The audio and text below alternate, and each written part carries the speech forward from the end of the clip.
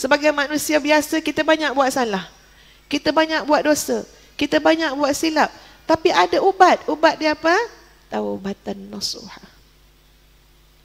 Ustazah pinjam kata-kata Imam Ghazali yang menggambarkan taubat. Imam Ghazali gambarkan taubat. Tuan-tuan, Imam Ghazali kata apa?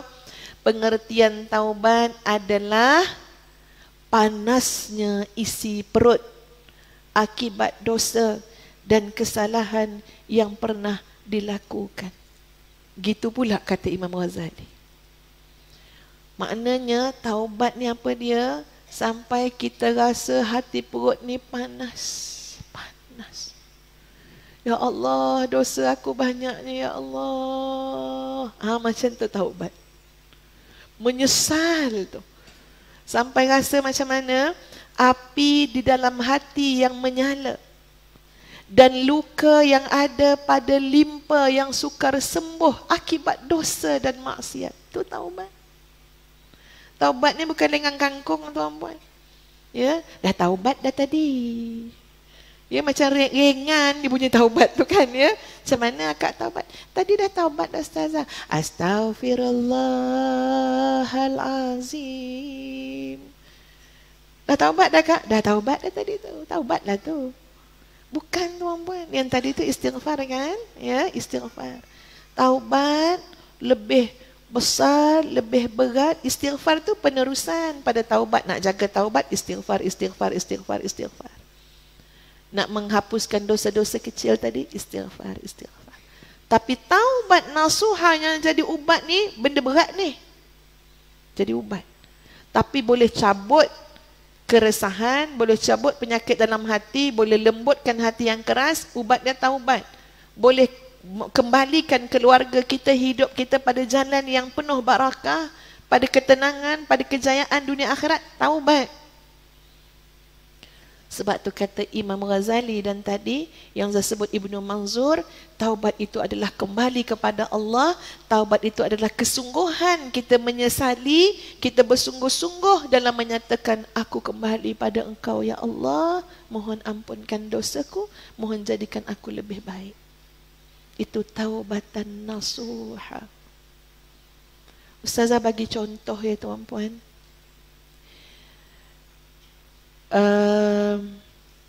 Dah lama benda ni, program tu dah lama. Ustazah pergi ke satu pesantren, maknanya pergi belajar, ya, pergi berguru dengan guru dekat sana.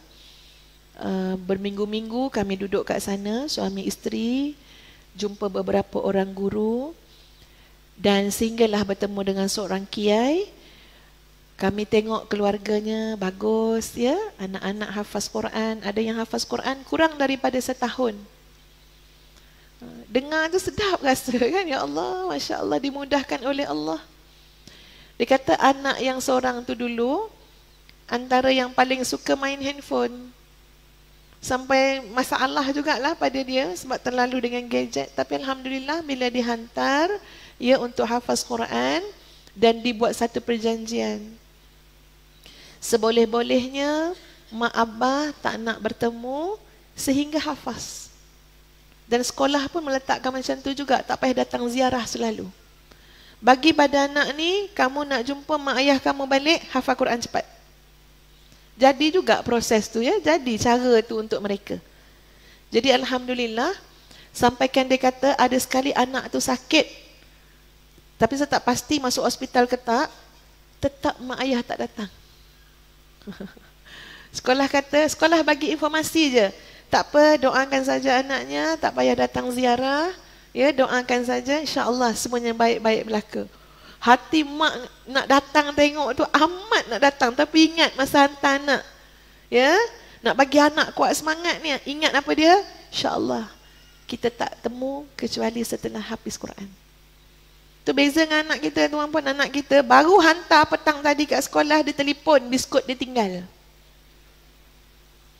Mak berlari datang hantar biskut.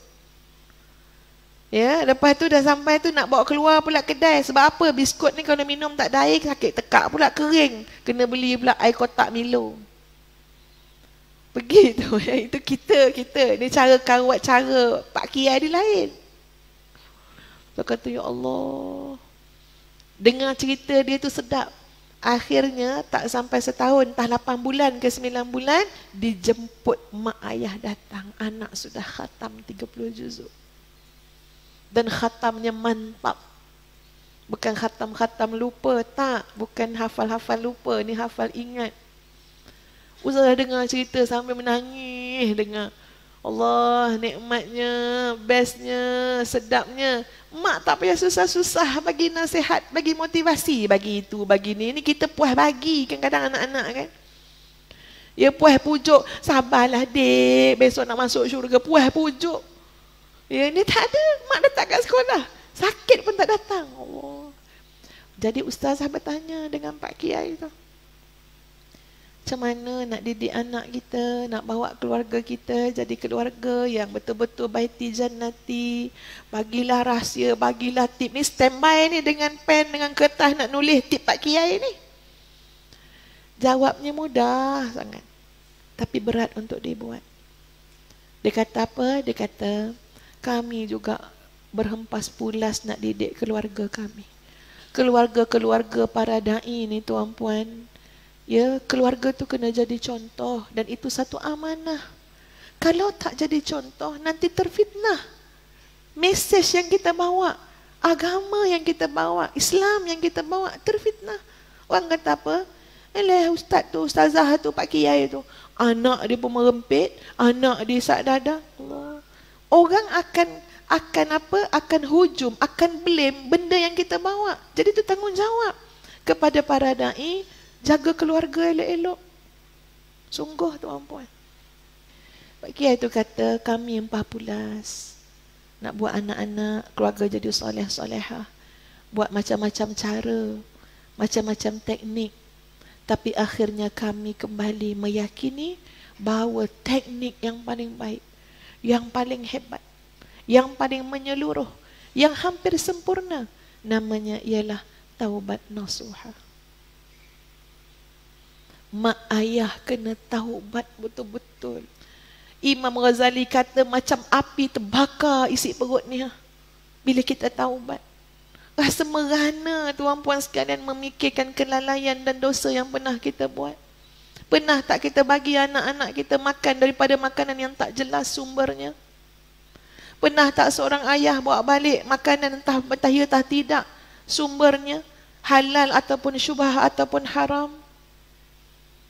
Betul tuan-puan, kita kerja tapi kita pakai peralatan tempat kerja untuk keperluan peribadi. Halal ke rezeki yang kita bawa balik? Itu mau menangis melolong kita seorang tuan-puan kalau kita muhasabah diri kita. Ya Allah, lepas tu jadi darah daging pada anak yang kita sayang, isteri yang kita sayang. Pernah tak kita fikir, kita pergi jual produk, ya, kita pergi tipu orang yang beli tu. Kita kata produk ni bagus, makan boleh jadi kurus, padahal kita kurus sebab kencing manis.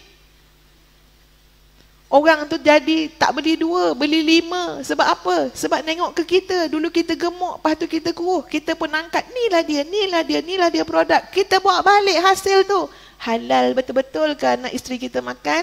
Padahal urus niaga kita tadi dengan menipu. Astaghfirullahalazim. Astaghfirullahalazim. Berapa ramai orang hari ini nak jadi senang tuan-puan sekalian, tapi urus niaganya penuh dengan gharar, kepalsuan, penipuan. Tak jelas. Ingat, rezeki bawa balik ada anak, pada isteri. Taubatan nasuha. Biar rasa panas, ya Allah, ya Tuhan. Anak aku tak kenalkan pada Allah. Anak aku tak kenalkan pada Rasulullah.